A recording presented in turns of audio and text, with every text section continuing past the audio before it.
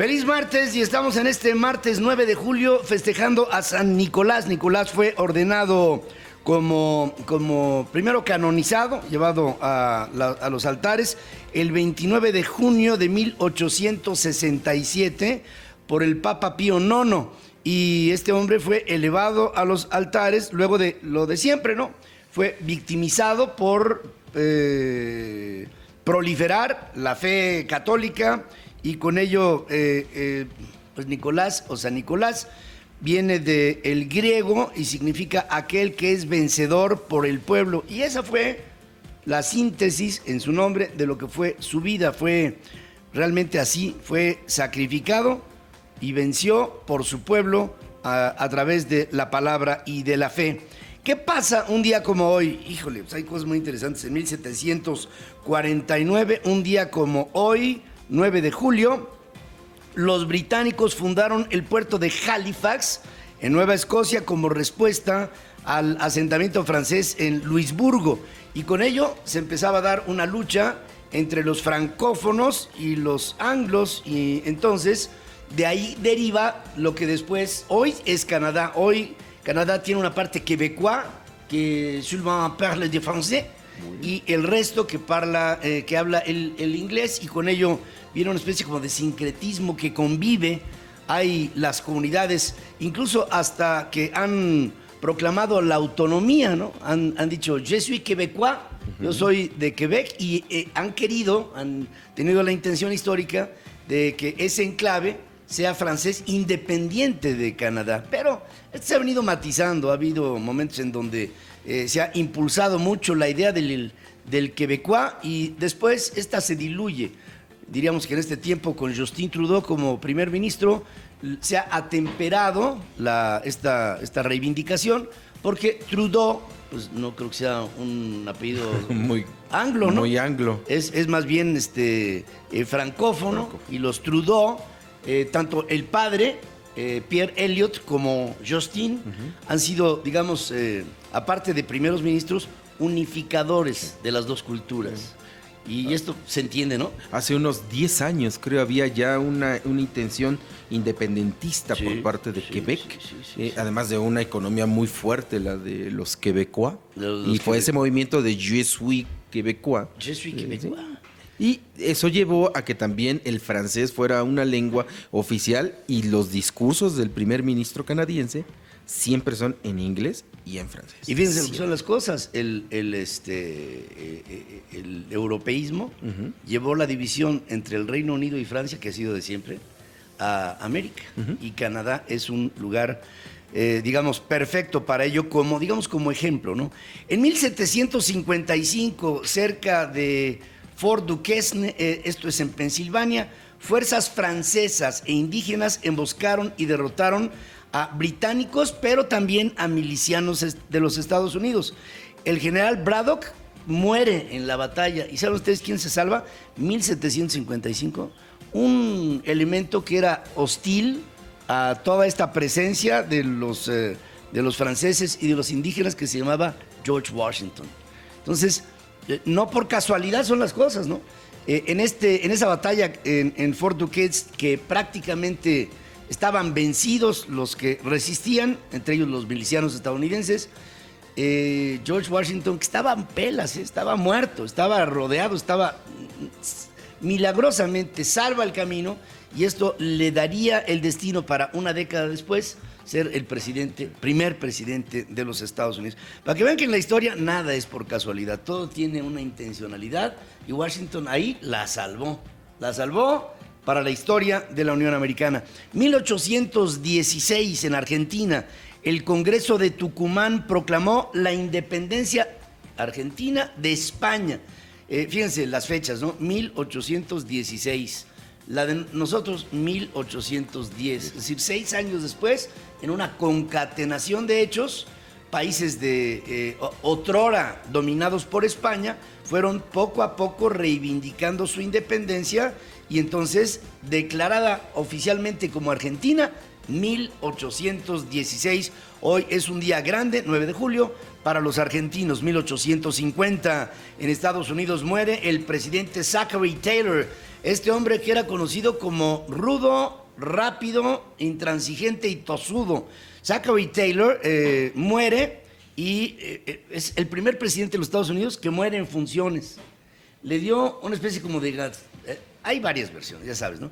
Que le dio una gastroenteritis, otros pensaron que era un cólera, otros decían, no, este hombre fue envenenado con cianuro. Y la otra, el hecho es que Millard Fillmore se convirtió en el 13º presidente de los Estados Unidos luego de la muerte de Zachary Taylor, que fue un, digamos, confederado, rebelde, duro como él solo, era un tosudo, era bárbaro, y él fue el 12º presidente de la Unión Americana. Había quien decía que había muchos enemigos en torno a Zachary Taylor, y bueno, el hecho es que un día le dio una especie como de cólico miserere, y ahí se quedó. Ahí se quedó y no quedó otra más que llamar al Congreso para nombrar al vicepresidente, que a la sazón, Millard Fillmore era el vicepresidente de los Estados Unidos y ascendió al poder como el 13º presidente de la Unión Americana. En 1894 murió Juventino Rosas, músico, compositor guanajuatense, autor, bueno, lo que más se le conoce es Sobre las olas, que se dice... Ahí las lenguas de doble filo. Porque tú dices Sobre las olas, ¿dónde se inspiró? En el mar, ¿no? La vida es más sabrosa. No, en la Cuarta Dínamo, ahí en la Jusco. Ajá. Cuando todavía había... había agua. Cuando manaba el agua de manera por demás prolífera. En el Ajusco, sí. Ahí vio recuerdo muy bien una vez mi padre, me dijo, mira, ¿ves esta caída de cascada? Me llevó ahí. Dice, aquí Juventino Rosas hizo una de las obras más emblemáticas de lo que es el mexicanismo, Sobre las olas, sí. Que en aquel tiempo de los valses, ¿no? Era, fíjense cómo todo tiene una explicación, los valses, el afrancesamiento, Porfirio Díaz. O sea, sí, era una fiesta. Este vals, ¿se imaginan ustedes en el castillo de Chapultepec? Todo era francesoide. Sí, y ahora es una de las piezas más concurridas y solicitadas por las quinceañeras, ¿no? Después de la de Chayanne, pero sí, la de Tiempo de Vals. Y la de Ariana Grande, ¿no? O sea, esa de Habana Nana. Oye, ¿te acuerdas? Pedro Infante hizo la vida de Juventino Rosas en una película. Claro que sí. Sí, ¿te acuerdas? Pues que era un hombre emblemático de la época y además dentro de la época del desenlace de una historia que derivó en la Revolución Mexicana. Juventino Rosas fue un gran ejemplo de todo ello. Otro ejemplo, en el 18, una vez que la Revolución había tenido sus mayores estertores, nace Alí Chumacero, un poeta, un editor mexicano, un hombre de pensamiento, un filósofo de lo que era el vivac de la vida moderna, cuando empezaba a interpretarse del lado mexicano los efectos de la revolución industrial. El hombre cambiaba su forma de vivir, se concentraba en las grandes ciudades. Alí Chumacero fue uno de los pensadores mexicanos que le dio una interpretación a lo que el hombre vivía, la humanidad y México, en lo particular después del movimiento revolucionario. 1922 se inauguró el edificio que hoy aloja a la Secretaría de Educación Pública en la República de Argentina, aquí en el centro de la capital de la República Mexicana.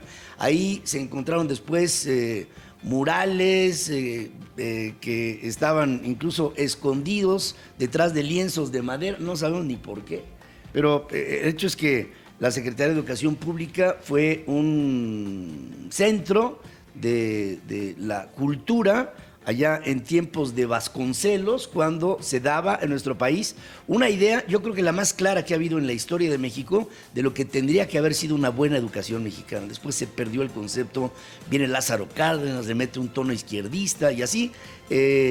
No hemos logrado encontrar algo que nos impulse hacia una educación moderna, claro, tomando como excepción al Baster Gordillo, ¿no? Por supuesto que ella ha sido lo que más ha acercado a el México de la cultura. La influencia la influencia. ¿Qué? El H. Y dio las placas de su coche. Sí, y abajo dijo Mor. Ah, no, es de Morelos, no. Bueno, en 1955 muere Adolfo de la Huerta, un presidente interino de México en 1920, luego del triunfo de la rebelión de Agua Prieta, que depuso a Venustiano Carranza, y claro, de la Huerta traicionó a Carranza, y así una concatenación de traiciones hicieron del México postrevolucionario un México de eso, de traiciones y de golpes de Estado y de golpes de timón, lo que le desvió a México del rumbo de lo que tendría que haber sido un crecimiento armónico. En los 20s, 30s, México vivió un México convulsionado, bárbaro, tremendo. Hoy parece que todo regresa a ese tipo. El que no conoce su historia está condenado a repetir sus errores, porque si conoces la historia y ves los aciertos, pues igual los evocas, ¿no?